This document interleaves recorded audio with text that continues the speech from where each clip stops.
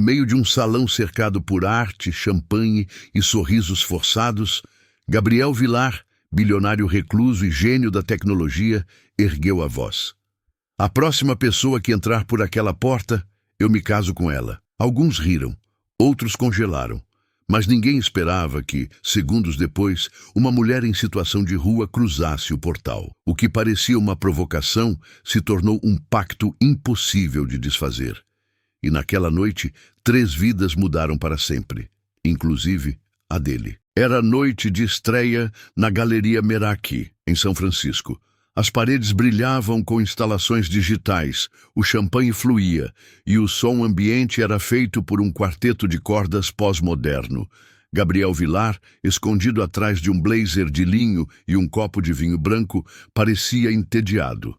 Ao seu lado, Bruno, seu sócio, falava sobre números, aquisições e manchetes. Mas Gabriel não escutava.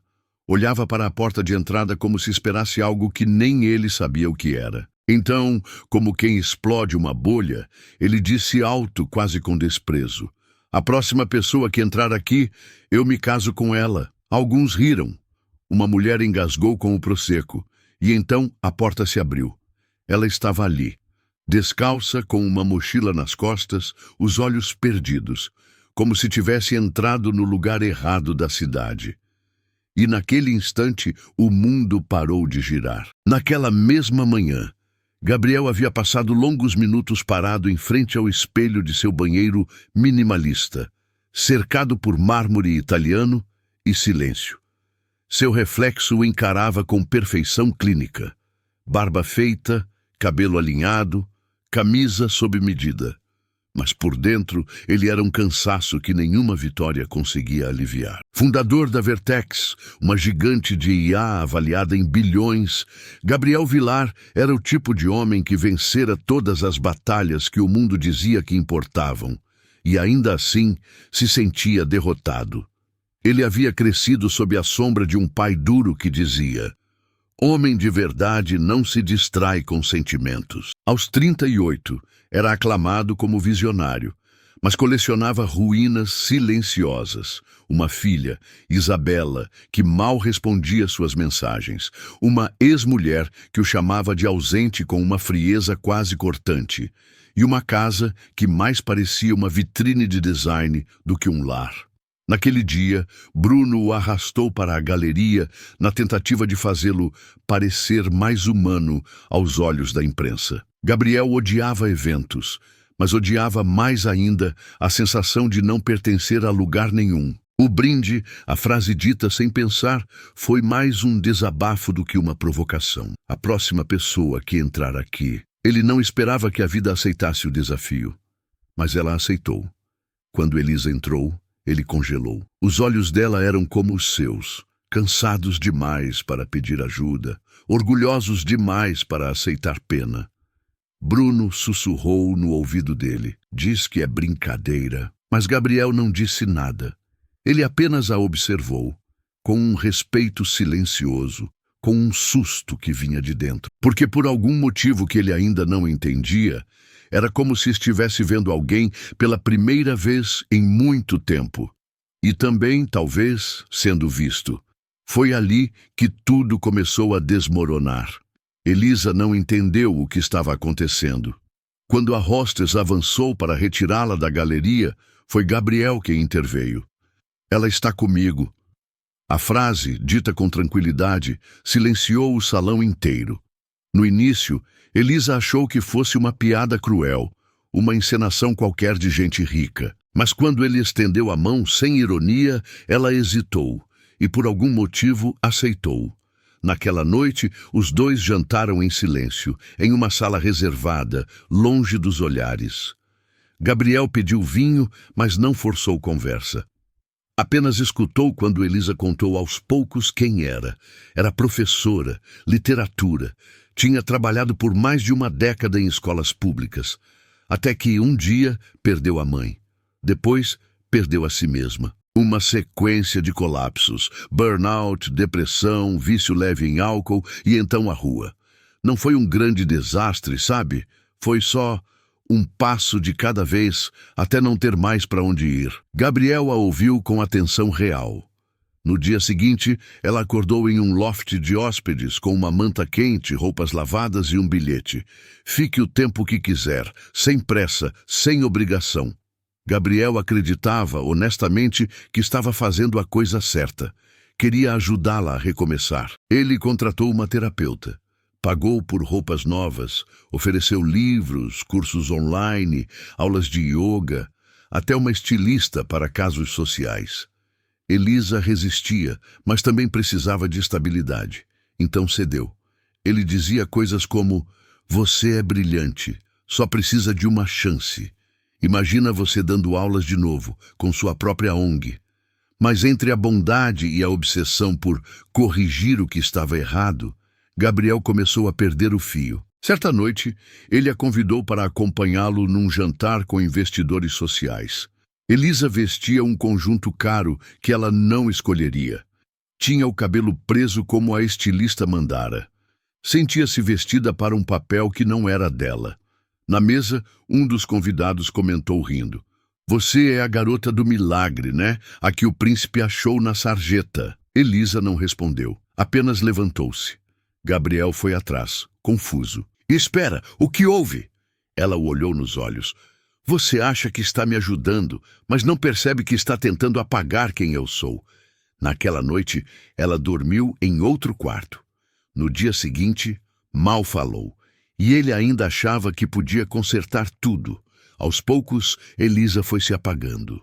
Ela ainda frequentava as aulas, ainda lia os livros deixados sobre a mesa, ainda dizia obrigada quando o serviço de quarto chegava com bandejas impecáveis. Mas a mulher que entrou naquela galeria com a coragem frágil de quem já não tem nada, essa mulher havia desaparecido. No lugar dela, agora, havia uma figura calada, educada, envernizada e invisível. Gabriel, cego pela própria convicção de que estava fazendo algo bom, não percebia. Ele ligava para agências de imprensa, contratava fotógrafos, criava uma narrativa controlada. O bilionário que salvou uma vida. Elisa via os títulos, os comentários, os olhares disfarçados e engolia em seco. Uma noite, enquanto ele discutia detalhes de uma matéria exclusiva, ela perguntou em voz baixa: "Você já pensou se fosse ao contrário? Se fosse eu tentando te transformar em outra coisa, sem te perguntar quem você é?" Gabriel não respondeu. Dias depois, levou-a para uma premiação de impacto social. Ela usava um vestido feito sob medida, salto que mal conseguia equilibrar. O cabelo estava liso, preso com spray, os lábios coloridos de um tom que ela nunca usaria. O motorista a ajudou a sair do carro. Antes mesmo de entrar no salão, ouviu sussurros: "Essa é a moça da rua? Parece até um projeto de caridade com batom." Ela não disse nada. Caminhou ao lado dele, mas algo nela morreu ali. De volta ao apartamento, ficou em pé diante da janela, olhando a cidade lá embaixo. Seu reflexo misturava-se com a paisagem. Tudo parecia borrado. "Eu não pertenço a esse lugar," ela disse, sem virar. Gabriel, tirando a gravata, respondeu automaticamente: "Claro que pertence. Você só precisa se adaptar um pouco."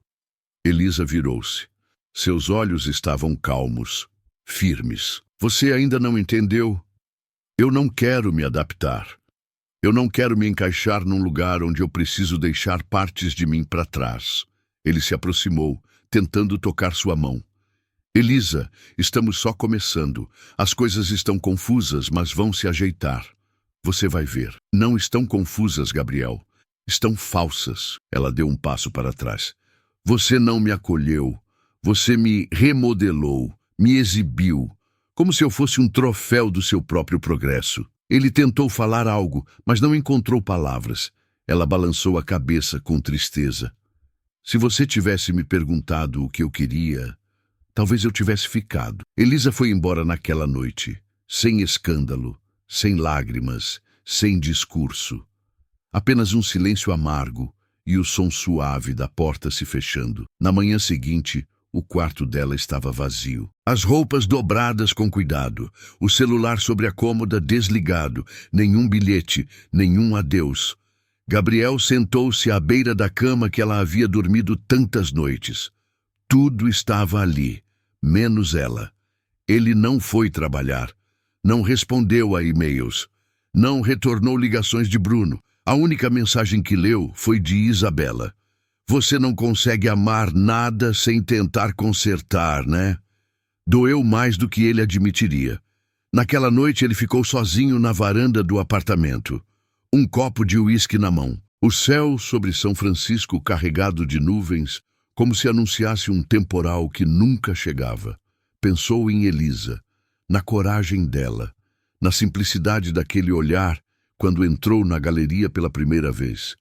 E principalmente naquela última frase, talvez eu tivesse ficado. E ali, pela primeira vez na vida adulta, Gabriel Vilar sentiu-se verdadeiramente só. Você já tentou ajudar alguém e acabou afastando essa pessoa ainda mais? Já quis tanto fazer o bem que esqueceu de perguntar o que o outro realmente precisava? Se essa parte da história te tocou de alguma forma, deixa um sim nos comentários. É só uma palavra, mas talvez seja o que alguém precise ler hoje para se sentir menos sozinho. Durante 2 dias, Gabriel não conseguiu tocar em nada que lembrasse Elisa. Mas, na tarde do terceiro, abriu o armário do quarto dela. Ainda havia um lenço pendurado na maçaneta com um cheiro suave de lavanda. A cama estava feita, os livros estavam no lugar. E, em cima da mesa de cabeceira, meio escondido sob um envelope vazio, ele encontrou um pedaço de papel rasgado. A letra era simples, apressada. Obrigada por me tratar como gente. Nem todo mundo faz isso. E Gabriel sentou-se ali mesmo, o papel tremendo nas mãos. Não era um bilhete de amor. Não era uma despedida amarga. Era só isso. Um reconhecimento silencioso de que, por um momento, ela existiu. E foi vista. Ele leu e releu, e então entendeu. Não se tratava dela, nunca foi. Se tratava do que ele precisava sentir sobre si mesmo, do quanto queria corrigir tudo, inclusive pessoas, para não encarar o vazio dentro de si.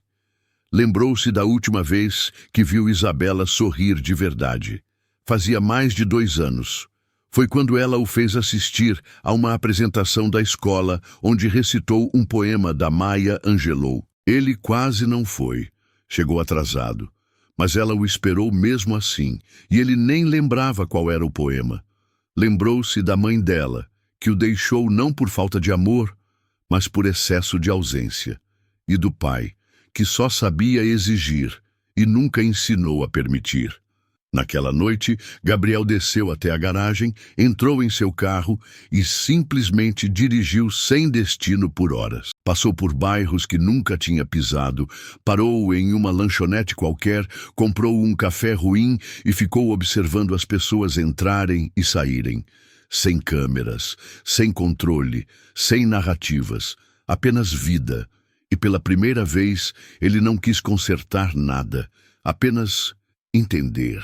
Ele não sabia se funcionaria, mas pela primeira vez quis tentar.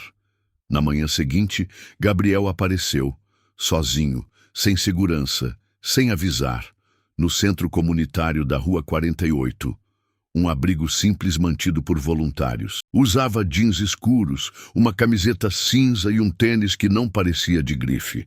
A recepcionista o reconheceu, mas não disse nada. Quero ajudar, se puderem me deixar. O coordenador, um homem magro de voz rouca chamado Ângelo, olhou para ele com desconfiança. Você sabe lavar louça? Gabriel deu de ombros. Aprendo. E aprendeu.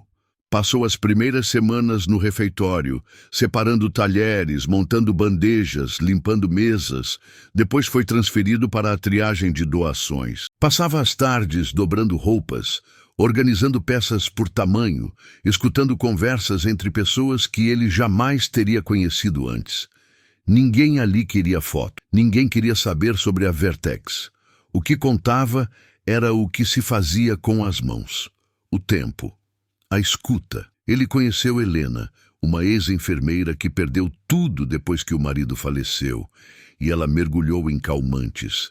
Conheceu Samuel, um artista plástico de 60 anos que vivia desenhando em pedaços de papelão. E também conversou com uma menina de 10 anos chamada Duda, que adorava astronomia e vivia dizendo que ia ser engenheira da NASA. Gabriel não perguntava como chegaram ali. Perguntava: "Você quer café? Quer conversar?" A mudança era sutil, quase invisível, mas real. Ele, que passou a vida programando sistemas e controlando variáveis, agora aprendia a estar onde estava, com quem estivesse. À noite, voltava para um apartamento que parecia maior do que nunca. O sofá em L, as luminárias italianas, o som automático que tocava jazz. Tudo lhe soava distante. Às vezes, ele sentava-se no antigo quarto de Elisa. O bilhete dela ainda estava lá, preso por um ímã discreto à lateral do espelho. Ele o lia como quem segura um mapa. Um lembrete de que presença vale mais do que qualquer plano. E pela primeira vez em anos, ele começou a se escutar sem medo do que fosse encontrar. Apesar dos avanços silenciosos, Gabriel carregava um fantasma constante. E se tudo aquilo fosse só mais uma forma de controle disfarçada? E se, no fundo, ainda estivesse tentando ser alguém melhor para reconquistar algo? Ou alguém? As dúvidas vinham à noite, como um sussurro no escuro. E se ele não fosse suficiente? E se falhasse de novo? E se Elisa nunca mais quisesse vê-lo? E tivesse razão. Isabela também era uma presença distante. Eles trocavam mensagens esparsas, uma ou outra figurinha. Um bom dia sem emoji. Até que um sábado à tarde, ela apareceu sem avisar. Sentou-se no sofá, cruzou os braços e disse: "Ouvi falar que você está trabalhando em um abrigo." Gabriel assentiu, surpreso. Estou tentando entender o que não entendi antes." Ela olhou ao redor. "Parece mais vazio agora." Ele sorriu amargo. "Acho que eu era o que mais fazia barulho." Houve silêncio entre eles, mas dessa vez confortável. Antes de sair, Isabela perguntou: "Se ela voltasse, o que você faria diferente?" Gabriel respirou fundo. "Eu não faria, só ouviria. E se ela deixasse, caminharia ao lado." 2 dias depois, Bruno ligou. "Cara, você já viu isso?" Era um flyer digital compartilhado nas redes de uma escola pública no Brooklyn. Palestra: Invisibilidade Social e Dignidade Humana, com uma convidada especial, Elisa Mendes. Gabriel encarou a tela como se não soubesse o que fazer com aquilo. O coração apertou. As mãos suaram. A mente correu para todos os lugares errados. E se ela não quiser me ver? E se achar que eu estou invadindo de novo? E se ela tiver, enfim, encontrado paz, e eu for só um lembrete do que machucou? Mas havia uma pergunta mais forte. E se só desta vez eu for só mais um rosto na plateia escutando? Na manhã seguinte, ele pegou um táxi. Sozinho. Sem convite. Sentou-se na última fileira do auditório e esperou. E foi ali que tudo começou a mudar. De verdade. O auditório da escola era pequeno, com fileiras gastas e cheiro de café velho, cartazes coloridos nas paredes e vozes infantis ecoando pelos corredores. Gabriel sentou-se no fundo, as mãos entrelaçadas no colo. Não tinha certeza se ela o veria, e se visse, não sabia se ela viraria o rosto, mas estava ali, pela primeira vez, sem esperar nada em troca. Quando Elisa subiu ao palco improvisado, não usava salto, nem maquiagem. Vestia jeans, uma camiseta preta simples e uma jaqueta verde-oliva um pouco desbotada. Os cabelos soltos, naturais, e um brilho nos olhos que ele não via desde a primeira noite na galeria. Ela pegou o microfone com calma. "Eu não sou uma especialista. Não tenho diploma em sociologia. Não vim aqui dar respostas." Fez uma pausa. "Mas eu sei o que é passar por lugares e não ser vista. Sei o que é sorrir para se proteger. Sei como dói quando alguém tenta te salvar, mas não te escuta." Os alunos estavam em silêncio. Gabriel também. Durante um tempo, achei que precisava ser forte o tempo todo. Depois, achei que precisava mudar para ser amada. Hoje, acho que o que mais precisamos é ser permitidos. Mais uma pausa. Permitir-se sentir, cair, levantar, errar de novo e ser visto, mesmo na bagunça. Ela nunca disse o nome dele, nunca fez referência direta, mas tudo o que dizia atravessava Gabriel como um espelho. Quando a palestra terminou, ele não a abordou. Caminhou até o portão da escola e esperou do lado de fora, com o coração batendo alto como se tivesse 16 anos outra vez. E então o telefone vibrou. Elisa Mendes está ligando. Ele encarou a tela e atendeu. Oi. A voz dele saiu baixa, quase uma confissão. Do outro lado, ela respondeu no mesmo tom. Oi. Uma pausa. Podemos conversar? Naquela noite encontraram-se num parque perto da escola. Era início de outono. As folhas secas cobriam os caminhos de cascalho. O céu estava limpo, o ar fresco. Elisa estava sentada em um banco sob uma árvore enorme. Gabriel se aproximou devagar, como se cada passo precisasse de permissão. Ela ergueu o olhar e sorriu. Pequeno, mas verdadeiro. Você parece diferente. Eu me sinto. Fiquei sabendo do que você tem feito. Nos abrigos, sem alarde. Gabriel respirou fundo. Eu fiz porque você estava certa. Eu não te enxerguei. Eu vi o que queria que você fosse para consertar algo em mim. Ela não disse nada, só escutou. E eu não sei se um dia vou deixar de tentar controlar o mundo. Mas tô aprendendo a deixar as pessoas serem quem são, mesmo que isso signifique não estarem na minha vida. Elisa baixou os olhos. As palavras dele pairaram no ar como folhas antes de tocar o chão. Eu não fui embora porque não me importava, Gabriel. Eu fui porque me importava demais e estava me perdendo de mim, tentando te salvar. Ele assentiu. Eu entendo isso agora. Ela o observou por alguns segundos. E agora? Gabriel sorriu pequeno. Agora, só queria agradecer. Elisa se levantou. Por um segundo, ele achou que ela fosse embora, mas então ela estendeu a mão. Não prometo nada, mas a gente pode começar por uma caminhada? Ele pegou a mão dela, sem pressa, sem pose, e caminharam lado a lado, em silêncio. Não como um recomeço ensaiado, mas como dois caminhos que por algum motivo voltaram a se cruzar.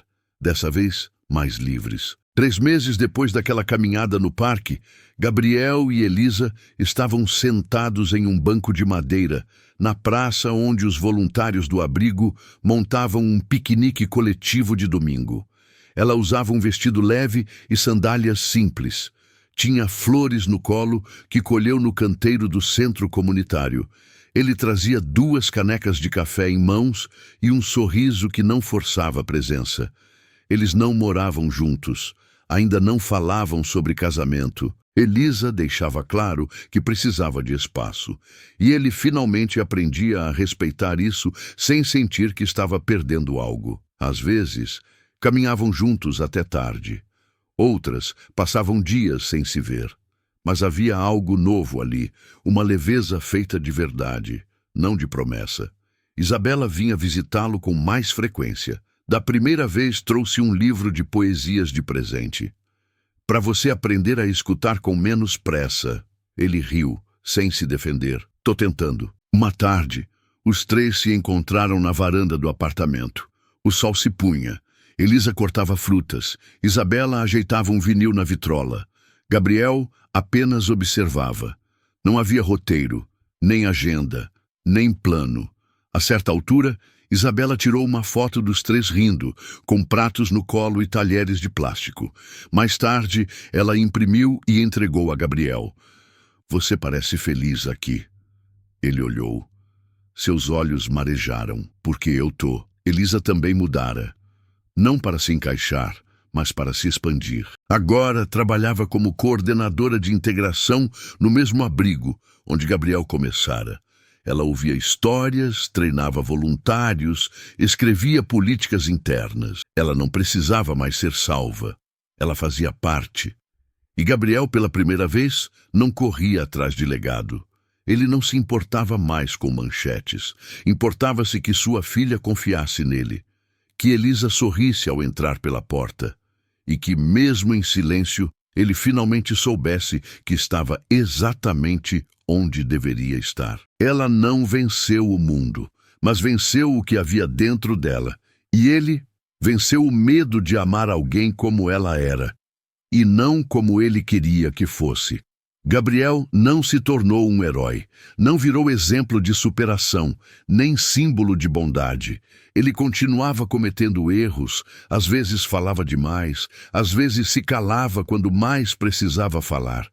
Mas havia aprendido algo que mudava tudo. Não se ama alguém tentando moldar. Ama-se estando ao lado, permitindo, escutando. Elisa também não buscava redenção. Ela sabia que não podia apagar os anos difíceis, mas descobriu que dignidade não se perde quando a vida desmorona. Ela apenas adormece, esperando ser lembrada. Os dois não prometeram eternidade, mas todos os dias escolhiam estar presentes, não para se consertarem, mas para se acolherem.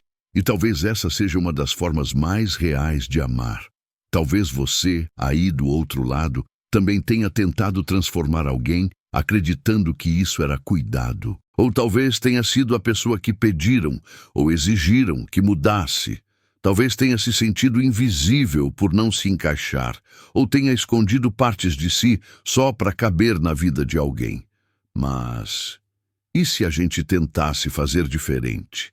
E se, em vez de querer salvar, a gente simplesmente aprendesse a ver? Ver de verdade, sem filtros, sem correções, sem condições, porque às vezes tudo o que alguém precisa é ser visto com os olhos certos. Se essa história te emocionou de alguma forma, deixa um like. É um gesto simples, mas mostra que vale a pena continuar trazendo histórias assim. E me conta nos comentários, de qual cidade você está assistindo? Eu leio todos com carinho e sempre respondo quem tira um tempinho para escrever aqui. Se você acredita no poder de histórias que tocam de verdade, se inscreve no canal. Tem muita coisa forte e humana vindo por aí. E sua presença faz toda a diferença nessa jornada. E agora, não vai embora. Escolhe uma das duas histórias que estão na tela e vem comigo para o próximo vídeo. Te encontro lá.